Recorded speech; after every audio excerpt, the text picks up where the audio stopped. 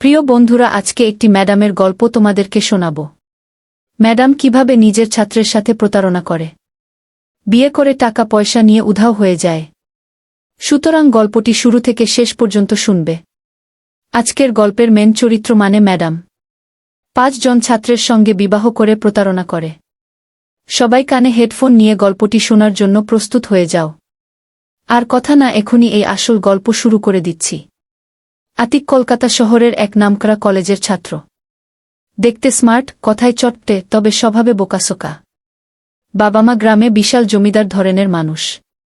কলকাতায় আতিকের বিলাসবহুল ফ্ল্যাট, দামি মোটর বাইক আর পকেট ভর্তি টাকা। কিন্তু তার পড়াশোনায় মনোযোগ ছিল না। আড্ডা আর বিলাসিতার জীবনই তাকে বেশি টানত। বাবা মায়ের জোড়াজুড়িতে সে টিউশন পড়ার জন্য একদিন তার মায়ের পরিচিত নদী ম্যাডামের কাছে যায়। নদী তখন এক অভিজাত এলাকার বাসিন্দা। বয়স 26, তবে বয়সের চেয়েও তার চেহারা বেশি আকর্ষণীয়। পরনে আধুনিক শাড়ি আর কণ্ঠে এমন এক জাদু যা একবার শুনলে কেউ ভুলতে পারবে না। নদী তাকে স্বাভাবিক ভঙ্গিতে পড়ানো শুরু করলেন। প্রথম দিন থেকেই আতিক তার রূপে মুগ্ধ হয়ে পড়ল। পড়ার ফাঁকে ফাঁকে নদী আতিকের সঙ্গে বন্ধুসুলভ আচরণ করতেন, যা আতিককে আরও বেশি টানত।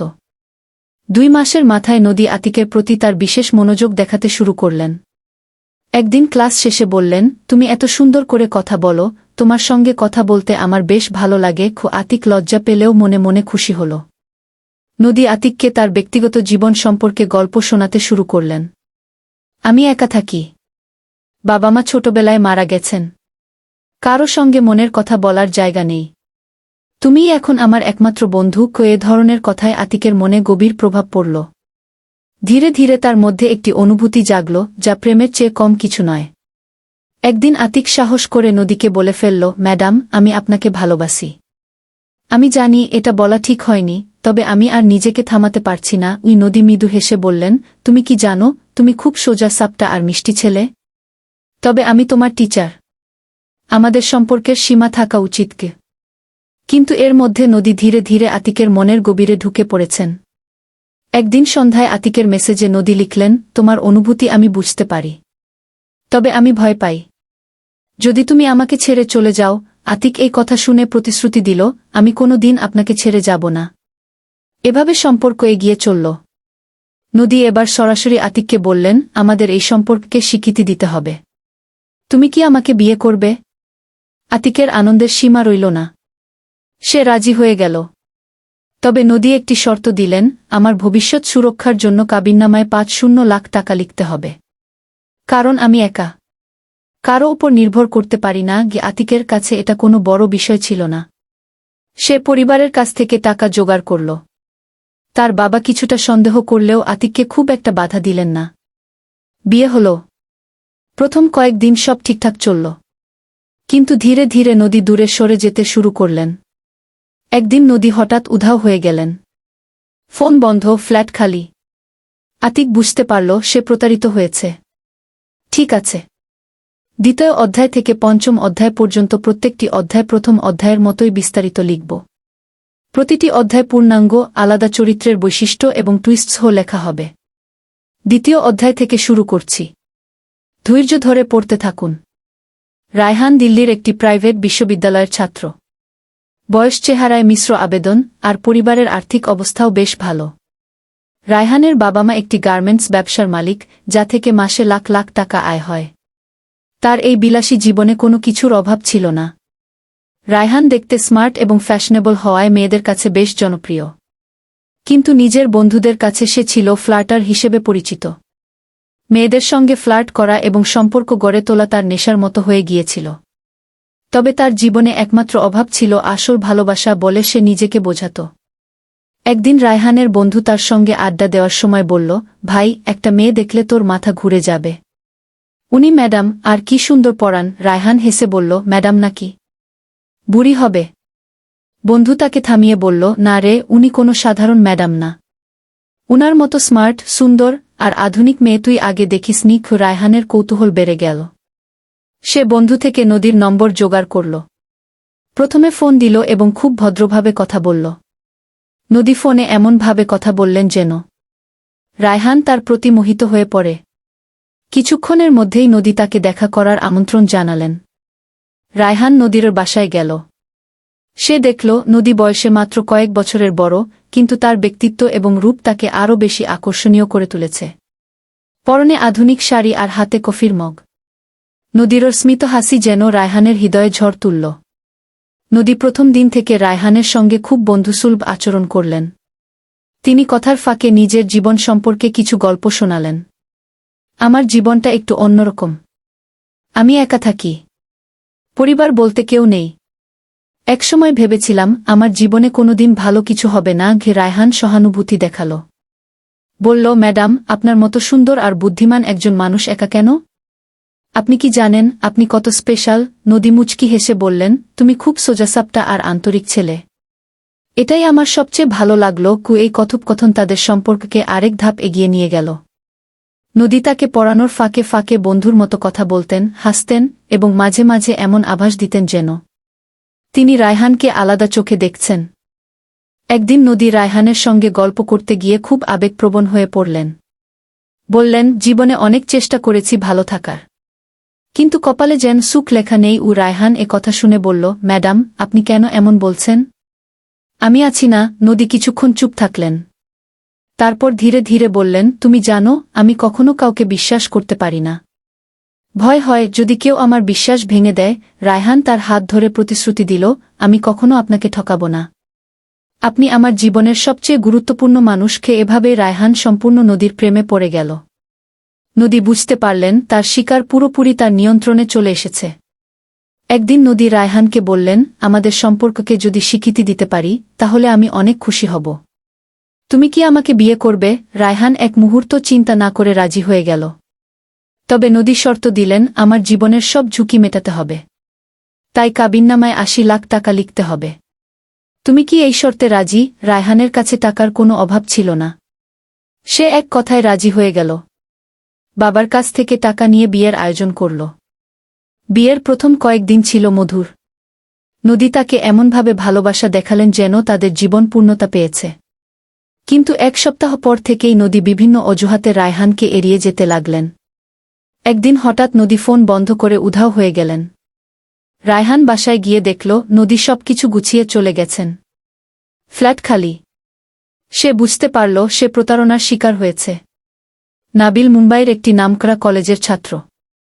বয়স ২১, কিন্তু তার ব্যক্তিত্ব তাকে তার বয়সের চেয়েও পরিণত মনে করায়। নাবিল মধ্যবিত্ত পরিবারের সন্তান, তবে তার বাবা একটি বড় ব্যবসায়ীর পার্টনার। এই কারণেই নাবিলের জীবনযাপনে কোনো কমতি ছিল না। নাবিল খুব শান্ত এবং সংযত প্রকৃতির ছেলে। পার্টি, আড্ডা কিংবা অপ্রয়োজনীয় বিলাসিতায় তার কোনো আগ্রহ ছিল না। পড়াশোনা নিয়েই তার সব ব্যস্ততা। কিন্তু তার দুর্বলতা ছিল সে সহজে কারও কথা বিশ্বাস করত। নাবিলের পরিচয় নদীর সঙ্গে একদিন তার কলেজের এক বড় ভাইয়ের মাধ্যমে। ভাই, আমার এক ম্যাডাম আছেন। উনি শুধু পড়ানোর জন্য না, মানসিক সাপোর্টের জন্য অনেক ভালো। নাবিল একটু হেসে বলল, এত ভালো ম্যাডাম আমি কখনো শুনিনি। উনার কাছে পড়তে চাই। বড় ভাই তাকে নদীর নম্বর দিল। পরদিনই নাবিল নিধির বাসায় গিয়ে দেখা করল। নদী এবারও তার পুরনো রূপে আবির্ভূত হলেন। তার স্মার্ট আচরণ আর বন্ধুত্বপূর্ণ মেজাজে নাবিল মুগ্ধ হয়ে গেল। নদী খুব সাদামাটা ভাব নিয়ে বললেন, তুমি তো খুব শান্ত ছেলে মনে হচ্ছে। তোমার মতো ছাত্র আমার খুব পছন্দ। তুমি আমার স্টুডেন্ট হলে আমি অনেক খুশি হব। নদী নাবিলকে পড়ানোর পাশাপাশি বন্ধুর মতো কথা বলা শুরু করলেন। মাঝে মাঝে তিনি নিজের একাকিত্বের কথা শেয়ার করতেন। আমি সব সময় একা থাকি। পরিবারের কেউ নেই। সারাদিন কাজ করে খুব ক্লান্ত হয়ে যাই। মাঝে মাঝে এমন মনে হয় জীবনে আর কোনো অর্থ নেই। নাবিল তাকে সান্ত্বনা দিত। ম্যাডাম, আপনি কেন এমন ভাবছেন? আপনি তো দারুণ স্মার্ট। জীবন উপভোগ করুন। নদী একটু হেসে বললেন, তুমি সত্যিই খুব ভালো ছেলে। তোমার মতো কেউ যদি পাশে থাকতে তাহলে আমার জীবন হয়তো সুন্দর হয়ে যেত। নাবিল এসব কথা শুনে ভেতরে ভেতরে আরও নদীর প্রতি দুর্বল হয়ে পড়তে লাগল। ২ মাসের মধ্যে নাবিল বুঝতে পারল সে নদীর প্রতি আকৃষ্ট হয়ে পড়েছে। কিন্তু সে সাহস করে কিছু বলতে পারছিল না। একদিন ক্লাস শেষে নদী নিজেই বললেন, তুমি তো খুব শান্ত, সৎ আর ভদ্র ছেলে। তোমার মতো কেউ যদি আমার পাশে থাকত আমি অনেক খুশি হতাম। এই কথায় নাবিলের মুখ থেকে কথাগুলো বেরিয়ে এলো। ম্যাডাম, আপনি জানেন আমি অনেক দিন ধরেই আপনাকে পছন্দ করি। কিন্তু সাহস করে কিছু বলতে পারিনি গিয়ে। নদী একটু চুপ থেকে বললেন, তুমি কি সত্যি আমাকে ভালোবাসো?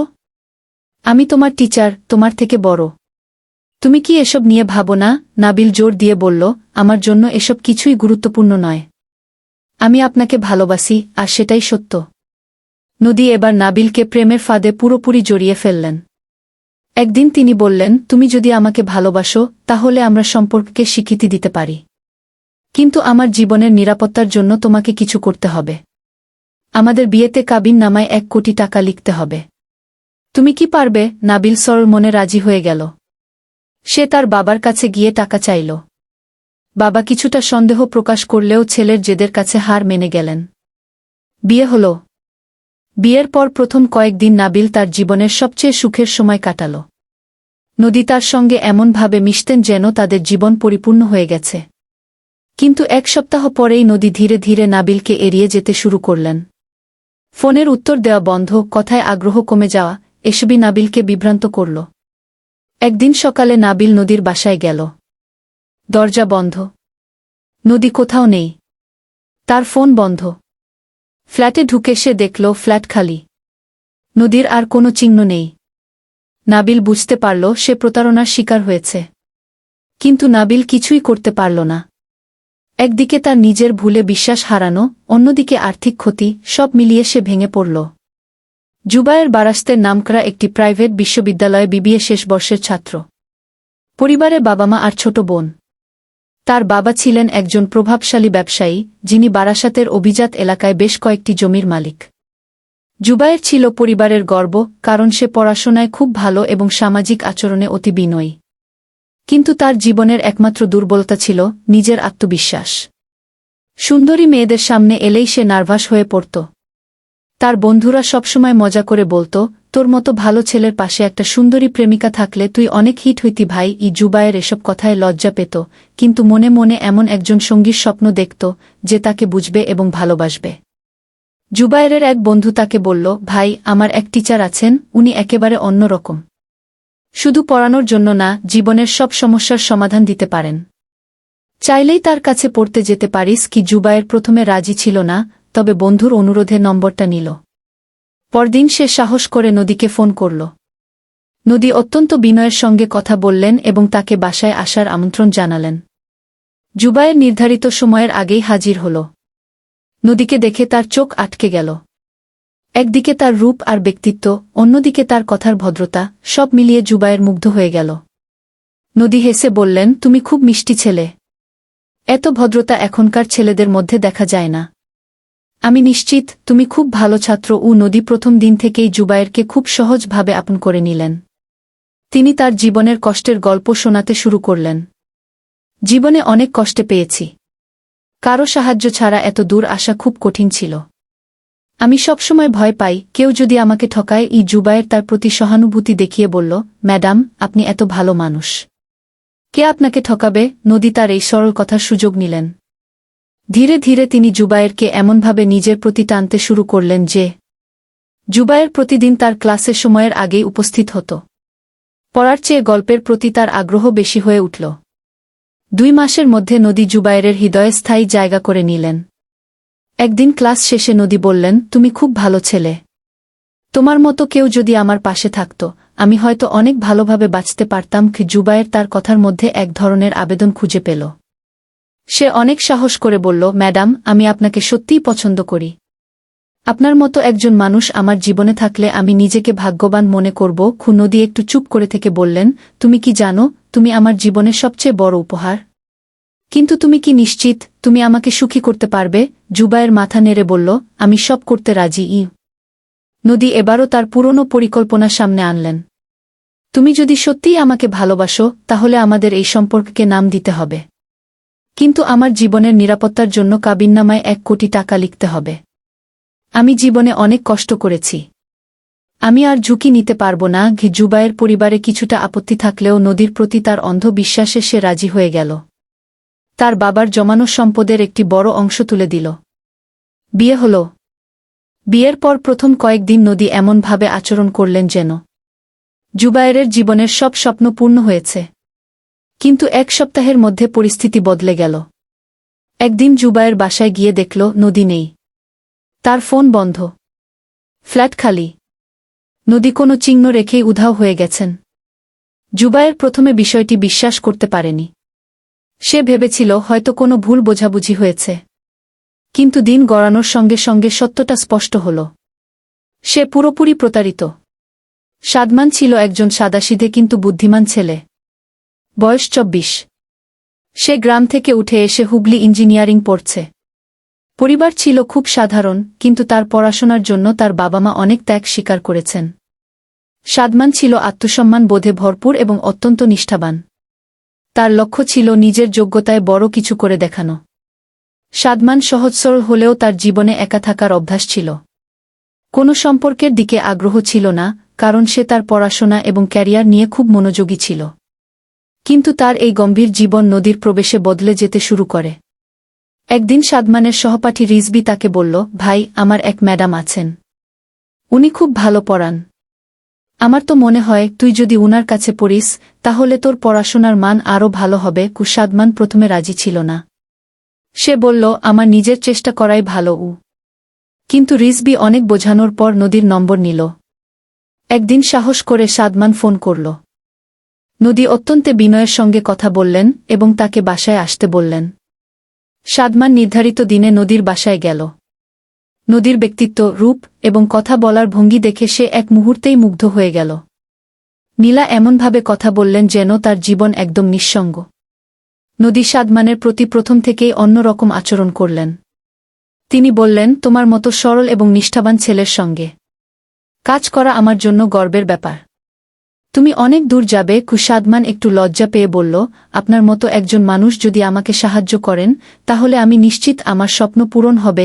নদী এই কথার মধ্যে দিয়ে সাদমানের মনের সরলতাটা পুরোপুরি বুঝে গেলেন। 2 মাসের মধ্যে নদী সাদমানের প্রতি এক ধরনের ঘনিষ্ঠতা তৈরি করলেন। তিনি প্রায়ই তার একাকিত্বের গল্প শোনাতেন।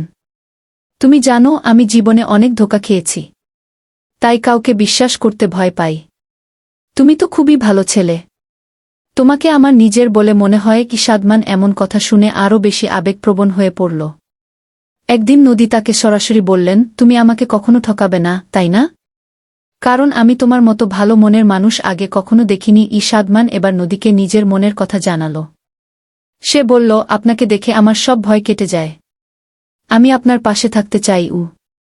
নদী আবেগময় ভঙ্গিতে বললেন, তাহলে তুমি কি আমার জীবনের সঙ্গী হতে রাজি? নদী এবারও তার পুরনো ফাঁদ পাতলেন। তুমি যদি আমাকে ভালোবাসো তাহলে আমাদের সম্পর্ককে স্বীকৃতি দিতে হবে, কিন্তু আমার জীবনের নিরাপত্তার জন্য কাবিননামায় 2 কোটি টাকা লিখতে হবে। আমি আর কোনো ঝুঁকি নিতে চাই না। সাদমান প্রথমে দ্বিধায় পড়ে গেল। তার পরিবারের আর্থিক অবস্থা খুব ভালো ছিল না, কিন্তু নদীর প্রতি তার গভীর ভালোবাসার কারণে সে টাকা জোগাড়ের উপায় খুঁজতে শুরু করল। কিন্তু এখানেই গল্পের মোড় বদলে যায়। সাদমান ধীরে ধীরে নদীর কথা এবং আচরণে অসঙ্গতি লক্ষ্য করতে শুরু করে।